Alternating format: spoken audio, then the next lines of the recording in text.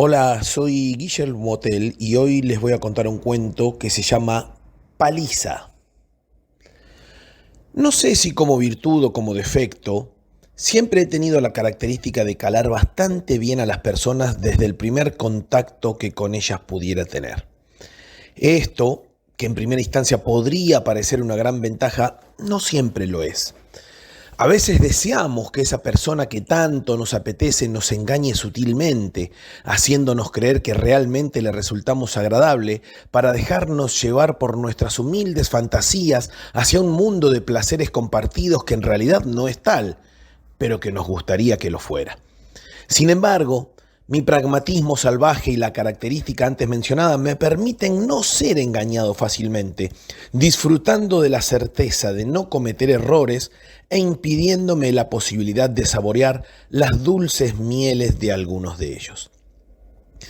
Por eso, cuando lo vi por primera vez en la sala de jarabe, sector al cual fui destinado apenas ingresé a trabajar en la embotelladora, supe que esa risa amable y comprensiva escondía un ser de características oscuras, a medio camino entre lo profano y lo místico, que podría llegar a ser un enemigo formidable si de alguna forma uno pudiera ser visto como una amenaza para su estatus de rey de la sala, al cual todos rendían una extraña forma de pleitesía subdesarrollada.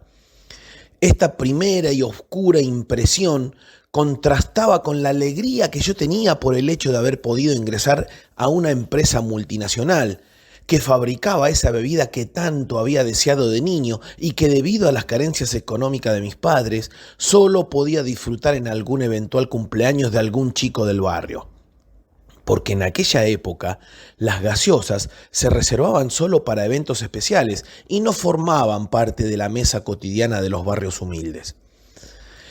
El tiempo que transcurrí dentro de la planta laceró mi cuerpo y mi espíritu, y las marcas que llevo en los pulmones, oídos y psiquis me atormentan al día de hoy con sus pesadillas de oprobio. A años de distancia, logré entender el trastorno que sufren aquellos que volvieron de una guerra, pero la llevan consigo por el resto de sus vidas, tanto en sus cuerpos como en sus cerebros maltratados por la presión enfermante de la supervivencia. Porque aquello que empezó como un trabajo se transformó rápidamente con el paso del tiempo en una guerra por permanecer con vida. Vida laboral, por supuesto, pero vida al fin.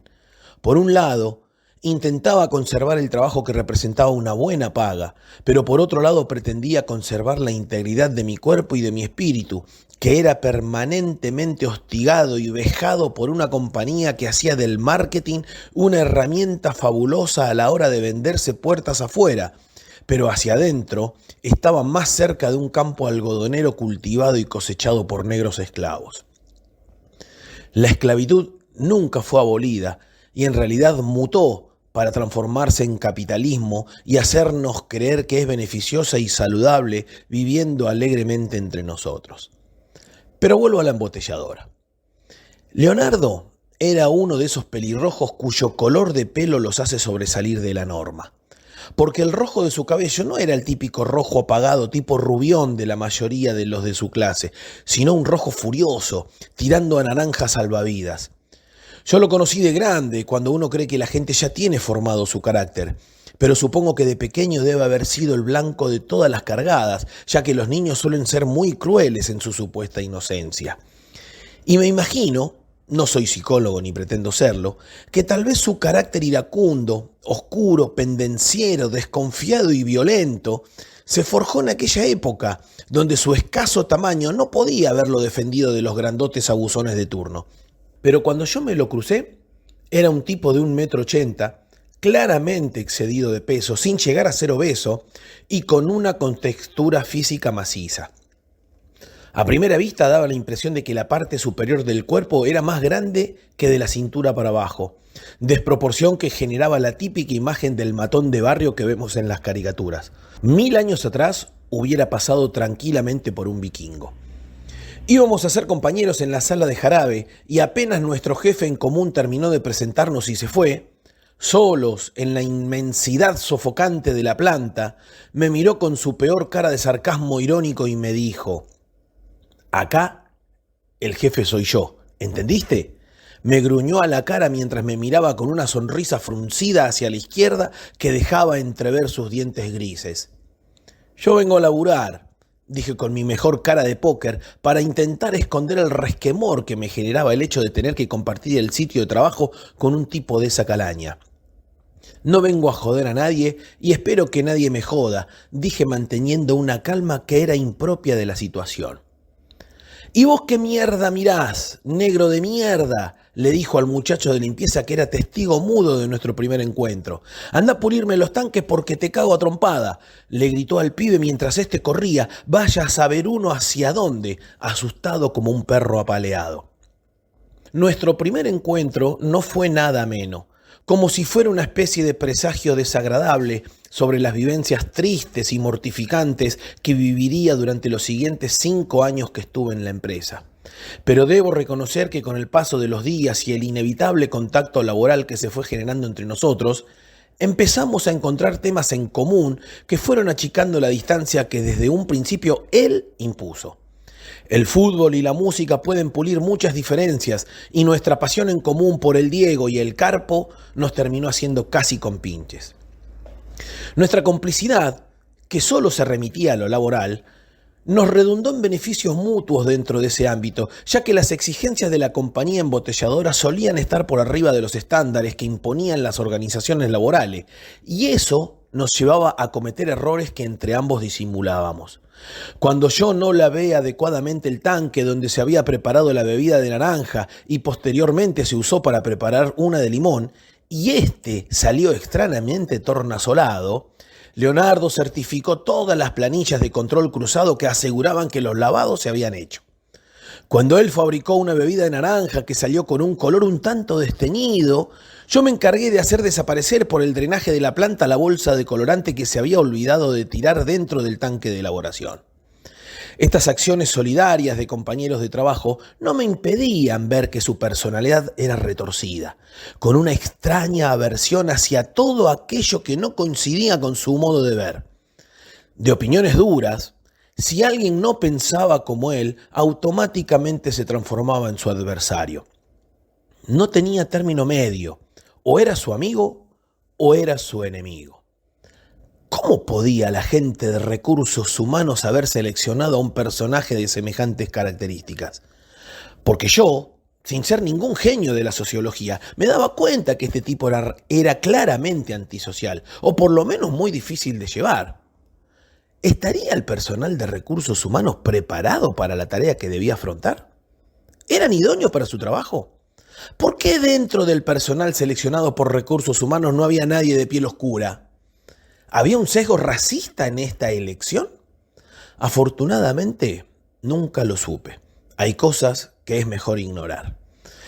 A medida que fue pasando el tiempo y comencé a conocer al resto de la gente de la planta, me di cuenta que el plantel fabril era claramente extraño y que Leonardo, el colorá, según el entrerriano de acento muy marcado que era el responsable del laboratorio, era solo uno más de un anómalo compendio de gente rara que transformaba a toda la plantilla laboral en un zoológico de humanos cuya convivencia podía resultar altamente combustible. Personajes como el colorá, Cato, Huevo Duro, el autista, el gallego, Barney, el muerto, el tapir, mandíbula, arco iris, el monstruo o diente verde daban la impresión de confirmar esta hipótesis. ¿Estaría el Departamento de Asuntos Laborales haciendo algún tipo de experimento social al poner un grupo de gente extraña en un entorno hostil y ver cómo se desempeñaban? A veces, recordando alguna de las cosas que nos hacían hacer, creo que sí. Hubo una época durante la cual nos hicieron usar moñitos de típico color rojo tan característico de las publicidades de la famosa bebida gaseosa que fabricábamos.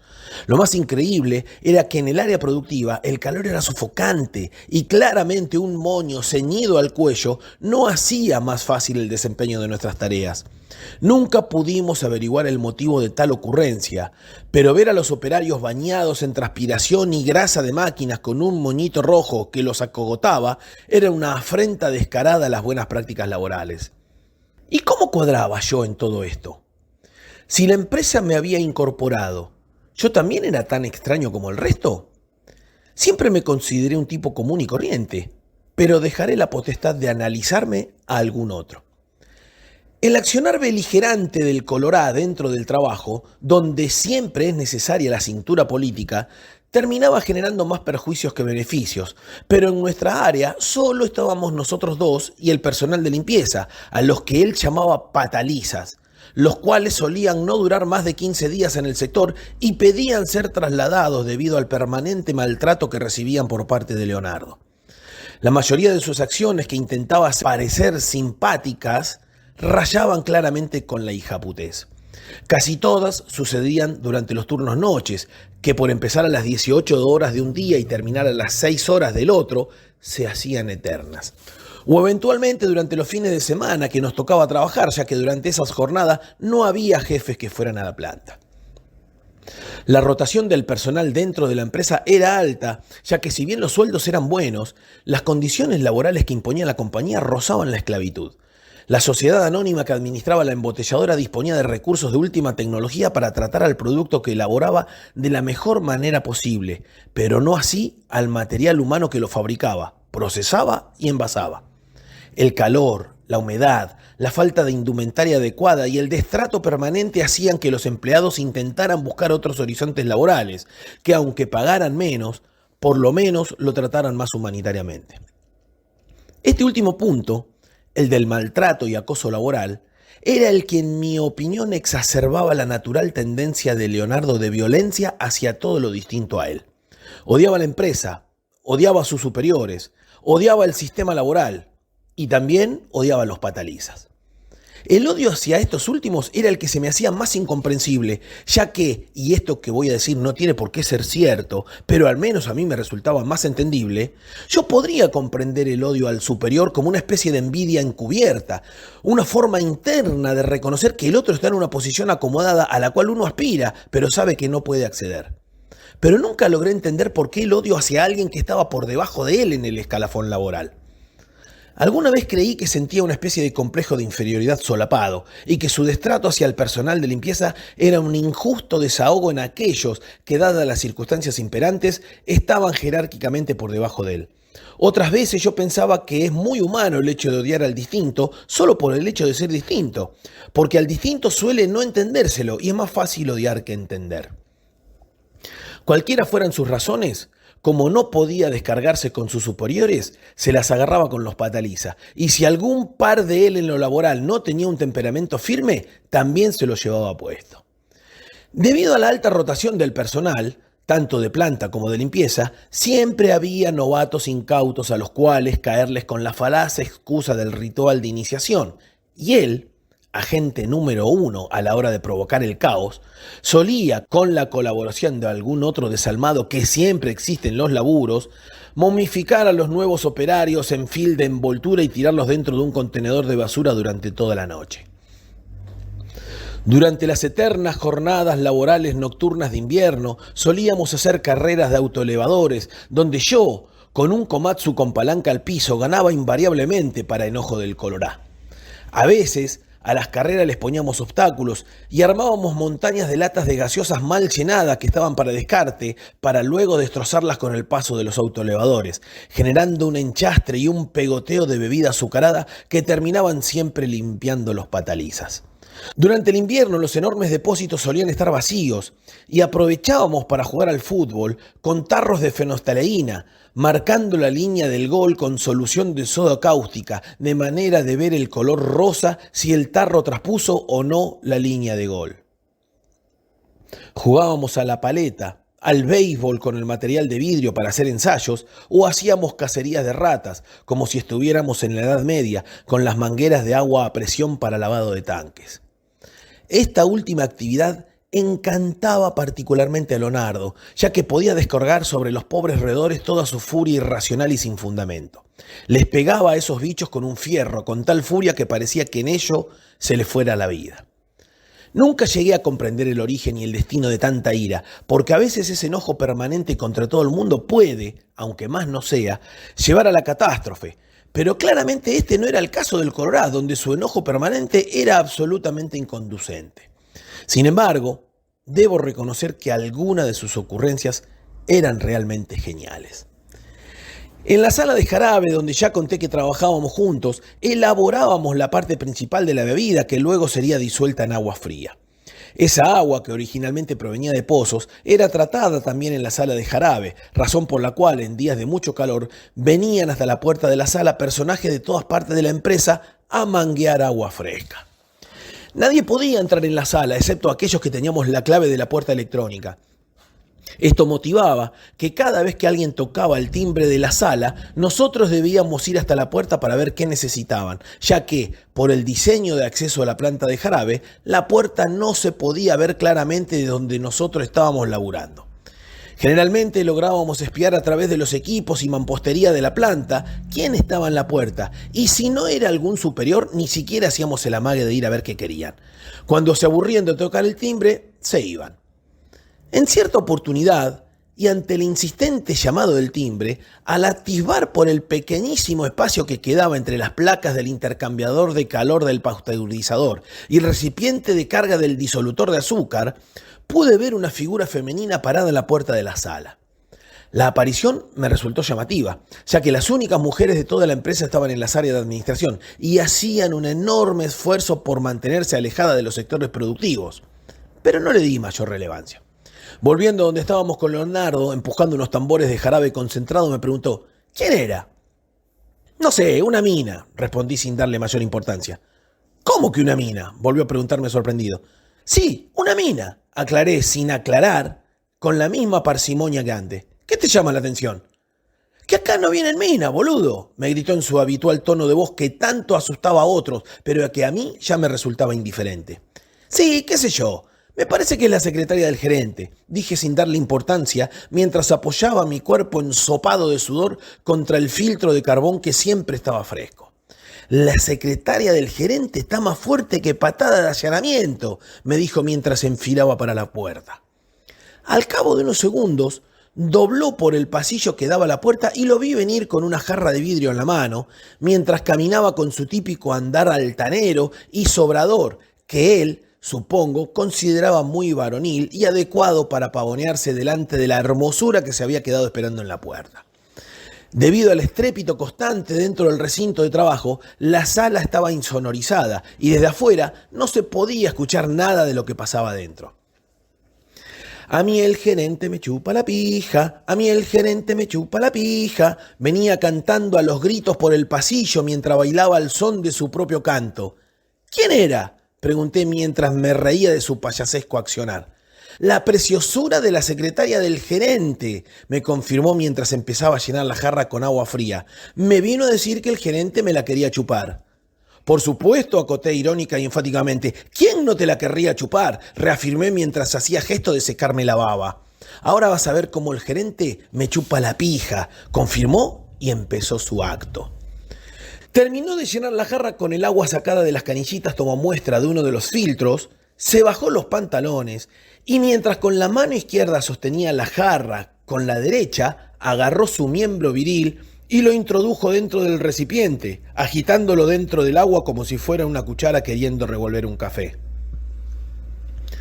Sin inmutarse en lo más mínimo, sacó su miembro de la jarra, lo sacudió un poco, lo guardó debidamente y procedió a llevarle la jarra a la secretaria, pidiéndole encarecidamente que les transmitiera al gerente sus deseos de que disfrute de la misma. Como ya mencioné anteriormente, la gente de limpieza, los patalizas, no duraban en nuestro sector más de 15 días. Algún guapo creo que llegó a durar 3 semanas. Hasta que llegó Baza. Baza era el diminutivo del apellido de Basavilbaso.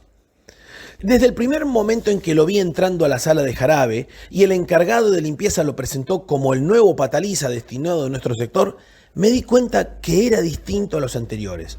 Lo percibí en su mirada. No sé si los otros muchachos de limpieza tenían las miradas que tenían por el solo hecho de saber que trabajarían con el Colorá, pero sus ojos estaban vacíos y carentes de esperanza, como los ojos de los condenados, que camino al cadalso buscan en derredor una mirada cómplice que se apiade de ellos. Al presentarnos y cruzarse mis ojos con los de Baza, vi en ellos una vivacidad, una astucia y una actitud sobradora que auguraba una batalla segura con Leonardo. Su mirada aguda denotaba inteligencia, su diminuto tamaño lo hacía parecer enano al lado del Colorá. Su cara oscura pero regordeta y su corte de pelo tipo taza le daban un aspecto aniñado que pronto descubriríamos estaba muy lejos de sus verdaderas características. Sus manos, pequeñas pero nudosas, demostraban una tensión contenida al apretar el palo del estropajo que era su principal herramienta de trabajo. Enfundado en un overol gris que le quedaba grande, parecía la caricatura de la pantera rosa cuando va al ejército. El Colorá, que lo cachó al vuelo al igual que yo, lo frenó en seco. «A vos, negrito, te voy a sacar esa sonrisa socarrona rápidamente», le dijo en forma impúdica mirándolo desde toda su altura. La estruendosa carcajada de Baza nos sorprendió a ambos. La desfachatez o la ignorancia de este pataliza era supina. Pero no se limitó solo a reírse, sino que osó responderle a Leonardo mirándolo directamente a los ojos. «¿Y cómo pensás sacarme la sonrisa?», le espetó chicaneramente Baza sin parar de reírse. «A los golpes te la voy a sacar, soretito», lo amenazó el Colorá mientras violaba el espacio personal del pataliza y se arremangaba la camisa en señal de proximidad de combate. «Antes de que vos llegues a ser una mague de pegarme, te tengo en el suelo pidiéndome perdón», le retrucó Baza sin dejar de reírse, pero aumentando la tensión del momento. «Muchachos, no es para ponerse así», empecé a decir cuando se precipitaron los acontecimientos. Leonardo tiró una piña tremebunda directo al rostro de Baza, en la cual iba depositado no solo todo su peso, sino también toda su furia y su desprecio por el arrogante pataliza. La histórica y eterna lucha de clases se dirimía en un solo acto. Se me vino a la cabeza cómo iba a explicar el Colorá la muerte de este pobre muchacho, que iba a pagar con su vida su desfachatada ignorancia. ¿Cómo iba a ser yo para explicar mi complicidad en este barbarismo digno de la época de las cavernas, donde el más grande imponía sus reglas solo por ser el más fuerte? Porque estaba claro que se me iba a culpar de complicidad, ya sea por acción o por omisión. Aunque parezca una escena sacada de Matrix, donde los movimientos quedan suspendidos durante unos segundos, todo lo anterior lo pensé mientras la trompada volaba directamente al rostro de Baza. Pero una fracción de segundo antes del impacto, el tronco del pataliza giró suavemente sobre su cintura y esquivó en forma elegante la trompada. Las leyes de la física son impiadosas con aquellos que yerran un golpe, y Leonardo, impulsado por su propia fuerza, perdió el equilibrio y siguió derecho hacia el piso, donde seguramente se rompería la trompa. Sin embargo, apenas pasó el despatarrado cuerpo del Colorá por su lado, Baza se puso detrás de este y, sujetándolo por un brazo, logró frenar la caída. En realidad, no impidió que Leonardo llegara al suelo, sino que lo que hizo fue que Leonardo llegara como Baza quería que llegara, o sea, boca abajo, con el brazo que por reflejo quedó debajo de su cuerpo al intentar frenarse y con el otro brazo detrás de su espalda sostenido por el pataliza. Sin darle el más mínimo respiro, puso su rodilla derecha sobre el brazo que estaba en la espalda del Colorá y, teniendo ahora Baza las dos manos libres, se dedicó a cachetear socarronamente la cabeza de Leonardo. Estaba claro que la paliza no tenía una implicancia física. Esos golpecitos en la cabeza eran para el Colorá una suave caricia. La verdadera paliza era moral. ¿Cómo tomaría Leonardo esta afrenta? Había sido humillado por un negrito pataliza al cual él le llevaba como mínimo 30 centímetros de altura y 30 kilos de peso. «¡Soltame, hijo de puta!», gritaba con alaridos guturales el Colorá. «¿Te rendís?», le respondía entre risas Baza. Sí, me rindo», aceptó para mi más grande sorpresa Leonardo. Con una destreza y una fuerza sorprendentes, el pataliza saltó a un costado y ayudó a levantarse a su inesperada víctima. Con los brazos en jarra y mirándonos alternativamente al Colorá y a mí, mientras no dejaba de reírse, nos decía: «No se pueden meter con cualquier negrito que ande por ahí sin saber quién es. Miren si justo se meten con uno que los caga a trompada». «Yo no me meto con nadie», acoté cobardemente, «menos si no se meten conmigo». «Pero vos sabés pelear», decía Leonardo mientras se refregaba el brazo claramente dolorido. «¿Dónde aprendiste?» «Uf, Es una historia larga y tengo que ponerme a limpiar, que es realmente mi trabajo. Quiso excusarse Baza claramente sin lograrlo. No te hagas el pelotudo que los que te dicen qué trabajo tenés que hacer acá adentro somos nosotros, acotó entre quejidos el Colorá. Así que empezá a contar de dónde sacaste esas habilidades. Y acá empieza la historia de Baza. Historia que fue narrando a lo largo del tiempo que pasamos juntos. Con un abuelo, un padre, tíos y hermanos mayores policías, el mandato familiar del pequeño Baza estaba cantado de antemano. A los 6 años sus padres lo llevaron a aprender taekwondo a la sociedad de fomento del barrio, de manera que cuando tuviera edad para inscribirse en la escuela de policías, ya tuviera los conocimientos necesarios para poder defenderse a mano limpia. Cuando llegó el momento de anotarse en la Bucetich, ya era cuarto dan. Nunca hizo alarde de sus conocimientos de las artes marciales, pero su rendimiento en los entrenamientos físicos de la escuela de policía eran muy superior a la media. Esto no pasó desapercibido para sus instructores. En los barracones, donde dormían todos juntos, cada noche un distinto aspirante a Rati limpiaba los baños y vestuarios antes de poder irse a dormir con el resto. Cierta madrugada de invierno, tipo 2 de la mañana, después de que la noche anterior había limpiado todo y ya se había ido a dormir, Baza fue despertado intempestivamente por un cachetazo de su inmediato superior. Imprecándolo duramente, le dijo: «¡Baza Bilbaso!», gritó claramente el sargento para despertar a todos y que fueran testigos de los hechos. «¿Usted limpió los baños anoche?». «Sí, señor», atinó a responder Baza, aún medio dormido. «¿Usted me está tomando el pelo a mí y a todos sus compañeros?», continuaba gritando mientras gesticulaba y hacía aspavientos con sus manos, involucrando a toda la barraca que ahora era su audiencia. «¡A eso se le llama limpiar!», decía mientras señalaba en dirección a los baños. «Venga conmigo, ciudadano Baza Bilbaso», le ordenó mientras lo destapaba raudamente. Ya en los vestuarios, el caos era total. Barro y mierda desparramados por duchas, retretes y lavados daban clara señal de que el quilombo había sido plantado. «Yo no dejé esto así», aclaró inútilmente Baza. «Esto lo hicieron después de que me fui a dormir», trató de justificar mientras los ojos no le alcanzaban para ver todo el desastre. «¿Usted está insinuando que alguno de sus compañeros hizo esto simplemente para molestarlo?». «Yo no insinúo nada», le dijo Baza mirando ahora fijamente al sargento mientras éste lo miraba inquisidoramente.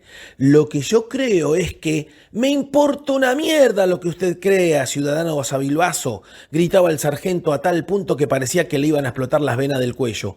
«Usted era el responsable de limpiar todo esto, y esto es un asco, así que póngase a limpiar y no me invente excusas para ahorrarse laburo, negro de mierda». Con la bronca que se escapaba por los poros, Baza volvió a agarrar el balde y el lampazo, agachó la cabeza y empezó a limpiar lo que ya había limpiado. Después de 2 horas y sabiendo que ya le quedaba poco tiempo para retomar el sueño, terminó y se fue a dormir. No habrían transcurrido 15 minutos cuando nuevamente, ahora desde la puerta que comunicaba los baños con la barraca, otra vez a los gritos el sargento vociferaba: «Baza Bilbaso, usted se cree muy gracioso, ¿no?». Totalmente despierto y vestido solo con una camiseta y el calzoncillo, Baza se acercó a los vestuarios donde el desastre era total. Sin decir una palabra, observó los borcegos embarrados y lleno de bosta del sargento y luego lo miró fijamente a los ojos con una mirada llena de un odio primigenio, casi instintivo. «¿Qué querés, hijo de puta?», le susurró Baza, perdiendo la compostura y olvidándose por completo del rango jerárquico de su interlocutor. «Quiero que labures, negrito de mierda», le dijo en voz baja el sargento, obcecando por completo la escasa lucidez de Baza en ese momento. «¿Qué pasa, negrito? Ah, ¿me querés boxear, soretito?». «No, no te voy a boxear. Te voy a estropear todo, la recalcada y renegrida concha de tu madre. Si tenés tantas ganas de trompearme, te espero el sábado en el ring», dijo el sargento, y se fue como si nada hubiera pasado. Los sábados por la mañana, antes de retirarse por las licencias del fin de semana, todos aquellos que habían tenido algún problema durante los días anteriores dirimían sus diferencias en un ring que se armaba en el patio principal de la escuela. Los combates a 3 vueltas de 2 minutos, donde valía todo, no tenían la finalidad de hacer una demostración de habilidades pugilísticas, sino más bien la de que ambos contendientes se sacaran la calentura de pegarle alguna piña o una patada a quien lo ofendió por el motivo que fuera. Generalmente después de la pelea los boxeadores terminaban haciéndose amigos. Pero para Basa, este era el combate de su vida. Con tanto taekwondo encima, su victoria estaba asegurada de antemano. Para colmo, él estaba en la flor de su juventud y el odiado sargento le llevaba como mínimo 30 años. Físicamente eran muy parecidos, bajitos y fibrosos, por lo que desde ese punto de vista el sargento tampoco tenía ventaja alguna. Todo estaba a favor de Basa. Si sobrevivís al primer round, te regalo un chocolate, le dijo socarronamente el sargento. Basa ni siquiera le respondió. Sus ojos, inyectados de rabia, hablaban por él. A años de distancia, Basas nos contaba esto y se reía. Nunca me cagaran tanto a palo en la vida, decía casi con nostalgia. Pensé con todas mis artes marciales encima que lo iba a matar, pero el chabón era un monstruo peleando. Me pegó una salipa inolvidable. Resulta que el sargento reclutaba gente dentro de la escuela de policía para formar un cuerpo especial que se dedicaba a los asuntos internos. Y para eso buscaba tipos especiales. Entre esas habilidades tenía que saber mucho de combate cuerpo a cuerpo, razón por la cual hostigaba a aquellos individuos que él consideraba podían ser aptos para luego evaluar su desempeño en el ring. Basa resultó ser uno de los elegidos. Con el tiempo terminaron siendo muy buenos amigos y el hecho de que el sargento en un futuro no tan lejano le salvara la vida lo demostraría claramente. Terminada su instrucción, Basa pasó sin escalas intermedias a formar parte de ese cuerpo de élite destinado a controlar el comportamiento interno de la fuerza. De más está decir que esta gente era muy mal vista por los que se suponían debían ser sus compañeros, pero el solo hecho de que alguien te esté controlando enseguida te pone a la defensiva, aclaraba Basa. ¿O sea que entre los mismos canas no hay buena onda?, pregunté casi ingenuamente. Ni en pedo, decía Basa, con el gesto fruncido como si estuviera probando algo desagradable. No sabe la mierda que hay ahí adentro. Todos los ratis son una mierda, acotó desdeñosamente Leonardo. Ninguno sirve para nada. Afortunadamente Basa se tomaba todas las acotaciones del Colorá con una sorna digna de admiración. Los ratis son como las mujeres, un mal necesario, farfullaba Basa. No conozco ni uno bueno, seguía aguijoneándolo Leonardo. ¿Y yo qué soy?, sobreactuó Basa, abriendo los brazos como saludando desde el escenario a un público invisible. Créeme que hay gente buena, pero la verdad es que son los menos. He visto gente que antes de la Bucetich eran unos tipazos y después se transformaron en monstruos. Te queman la cabeza, te hacen creer que el hecho de tener una chapa y un chumbo te da derechos superiores al resto de la gente. Basa siguió contándonos cómo muchos de los canas se meten en la profesión porque es una salida laboral accesible para aquel que no tiene grandes aspiraciones. Porque la carrera en sí misma no es para nada exigente. Porque si no servís para pensar, por lo menos podés ser cabeza de tortuga. Y porque el solo hecho de ser policía te da un poco de poder. Un poder que el típico negro cabeza del conurbano jamás tendrá y que con un cursito de 6 meses puede adquirir. Si no te metes en los desaguisados negocios de los comisarios, nunca vas a tener problema, aclaraba Basa. Drogas, puta, juego clandestino, todo está manejado por los comisarios, continuaba Basa. Sí, eso lo sabemos todo, acoté ingenuamente, pero nadie hace nada. ¿Y quién se va a meter? ¿Tenés idea de la guita que se maneja en ese entorno? ¿Te das cuenta que son todos una mierda? Leonardo no podía dejar de ser urticante. Mirá, reflexionaba Basa.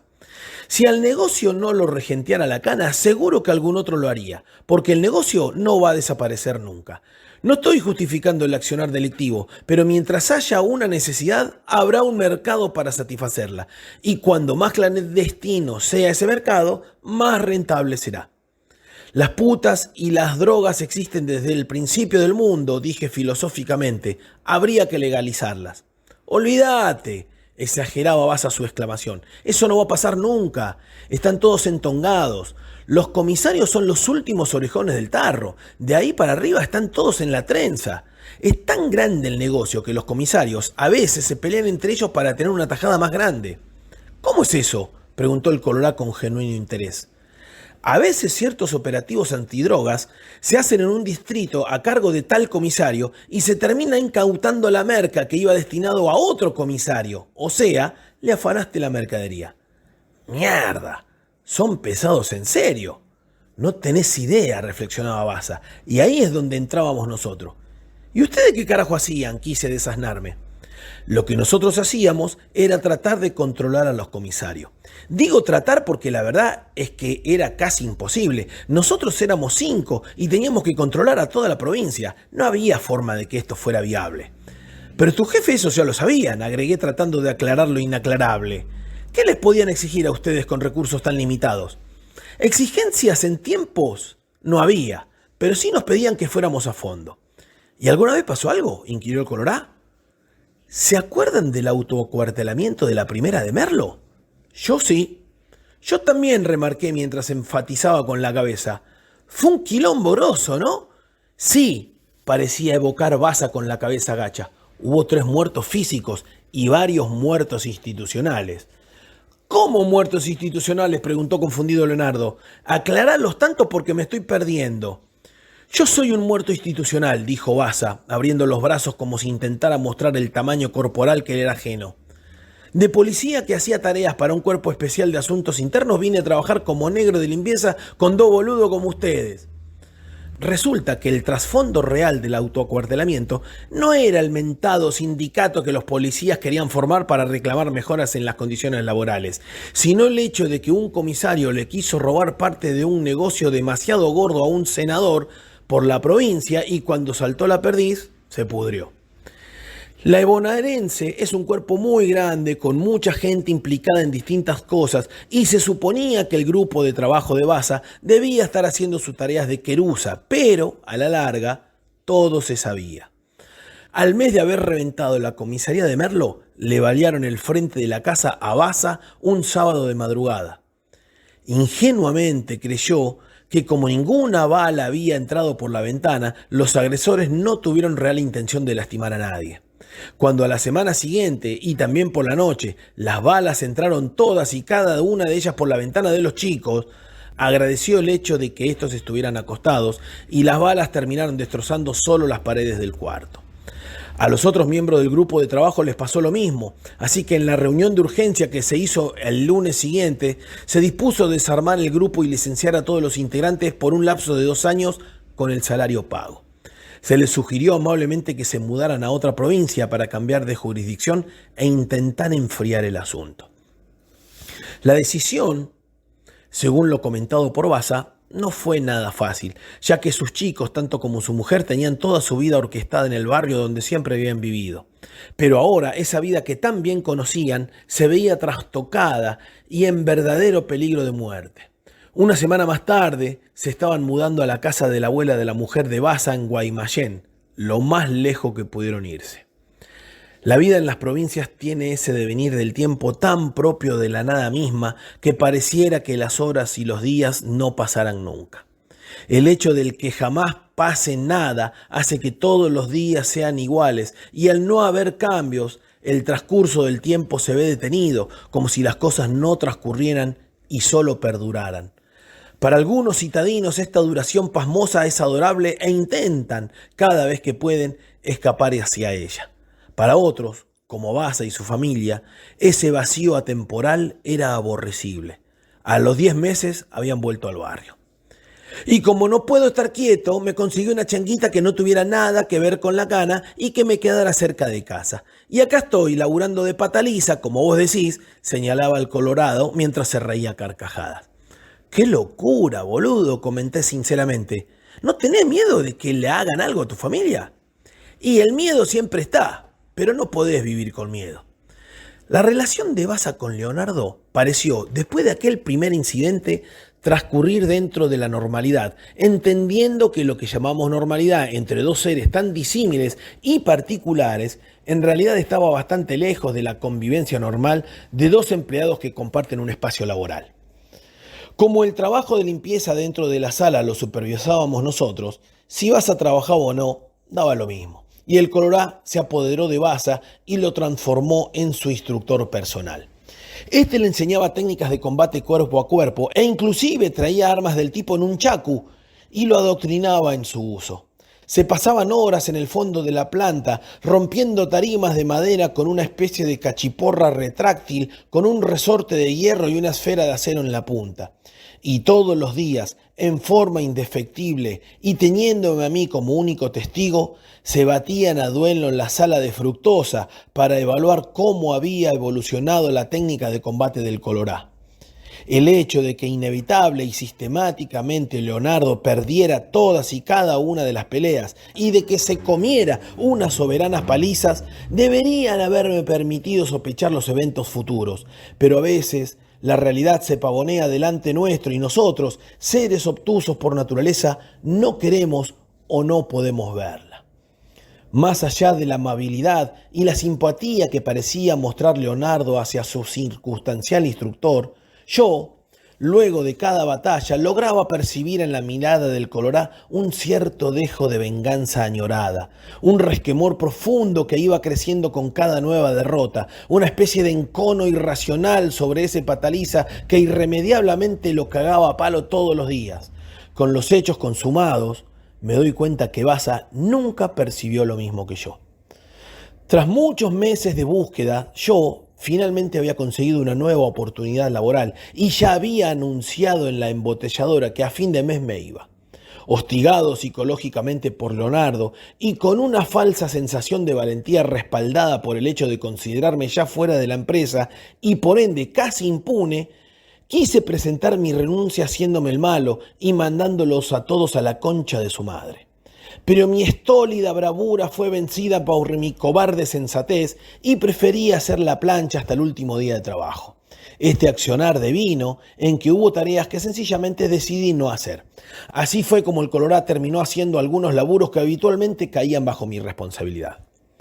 Había en la sala de jarabe una máquina de elaboración continua de bebida que se alimentaba con unos recipientes de concentrado de 1 tonelada de peso llamados totes. Esos totes, cuando se vaciaban, debían ser cambiados por otros llenos mediante el uso de los autoelevadores. Yo con mi Komatsu estaba tan acostumbrado a hacer este trabajo que no necesitaba la colaboración de nadie. Pero para quien no estaba canchero, el tema de mover bultos grandes en espacios confinados, cambiar mangueras de recipientes, intercambiar válvulas y lavar la zona para que el componente ácido de la bebida no corroyera el piso, era una tarea ardua que no permitía demoras. Esa fatídica noche Leonardo le pidió a Basa que lo ayudara a cambiar los totes. La salita de supervisores donde llevábamos al día nuestras planillas de control era la menos calurosa de toda la sala y estaba a no menos de 50 metros de donde se encontraban trabajando el Colorá y Basa. Desde ahí, a pesar de todo el batifondo ensordecedor de los equipos de la planta, escuché los gritos. Así como el olfato enseguida se acostumbra a un olor y deja de percibirlo, el oído se acostumbra al ruido de fondo y lo filtra de manera que aquellos que están habituados a un entorno laboral ruidoso a veces oyen sonidos que el común de la gente no podría escuchar en ese mismo lugar. Salí corriendo y los gritos desgarradores y espeluznantes al principio fueron cesando a medida que me acercaba a donde estaban Basa y el Colorá. Cuando llegué, la imagen estaba imbuida en un silencio atroz. Basa, tirado en el piso dentro de un gran manchón de sangre, con el brazo y la pierna izquierda en posiciones anómalas, parecía muerto. El pecho, que aún se hinchaba en una respiración rápida y entrecortada, me demostró lo contrario. Leonardo, parado al lado del caído, lo miraba con el gesto con el cual un general romano podría haber visto a su bárbaro rival vencido antes de darle la estocada final. La imagen parecía la de un boxeador que finalmente logra noquear a un oponente durísimo luego de un arduo combate. No se lo veía compungido ni azorado por la situación, más bien parecía disfrutarla, paladeando el dulce sabor de la venganza. Lo primero que se me vino a la mente no fue un acto accidental, sino algo premeditado. Por eso no pude evitar preguntar, ¿qué hiciste?, en lugar de, ¿qué pasó? Se me patinó el embrague del Komatsu y me lo llevé puesto, me dijo Leonardo, con una tranquilidad pasmosa. ¿Lo hiciste a propósito, hijo de puta?, le grité exasperado. Anda a buscar a lo de enfermería rápido, boludo, me gritó en un tono que intentaba parecer nervioso y cambiando de tema olímpicamente. Los de enfermería, expertos en jugar al solitario en sus computadoras, salieron raudamente hacia la planta y acomodaron la fractura expuesta de la pierna, que era lo que le generaba el sangrado, lo compensaron con suero y se lo llevaron al hospital zonal más cercano. No puedo asegurarlo, pero cuando la ambulancia salió de la planta en medio del estrépito generalizado, creí percibir que el colorá, parado a mi lado, decía: a mí ese negro de mierda no me iba a ganar. Una semana más tarde me fui de la embotelladora y comencé a trabajar en una cebería. Supe más tarde que Baza se había recuperado perfectamente de sus lesiones y que estaba trabajando de custodio del gobernador de la provincia. Leonardo, por otra parte, renunció a la embotelladora poco después que yo y abrió su propia empresa de personal de limpieza.